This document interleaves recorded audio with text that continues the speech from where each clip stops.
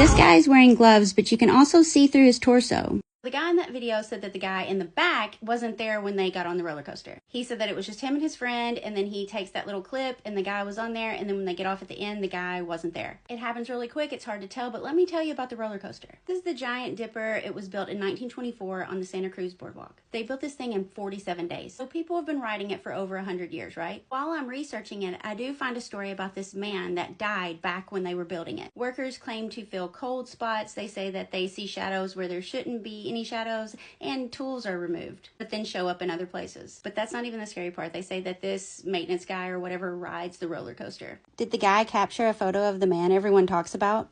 People claim to be riding it and then just look over and there's some random person sitting beside them that wasn't there when the ride started. Kind of like the guy in the video, right? That's not the only spot that's haunted at the Santa Cruz boardwalk. Let's talk about the Plunge. Back in the early 1900s, when the boardwalk still new, they built this fancy indoor saltwater pool. It's creepy just to look at, but apparently it was like super duper fancy. Everyone loved it. But then all of the whispers started circulating about people drowning because safety measures weren't really like a thing back then. So they closed the pool in the 60s, they drain it, but then they turn it into like this arcade place. Now it's Neptune's Kingdom's amusement center with like mini golf, but the ghosts don't care, they're still there. Here's how the pool blends into kind of what it would have looked like and how it does now. Even though there's no water, you will see wet footprints all throughout this place. Janitors say that you can hear like kids splashing and laughing, but there's no water. That's so creepy. But that's not the end of the haunted locations. There's also the Carousel. It was built in 1911. All of the horses are hand carved and they have glass eyes. It also has like a creepy clown in the middle, and as you ride around, you grab these brass rings and try to throw them into the clown's mouth.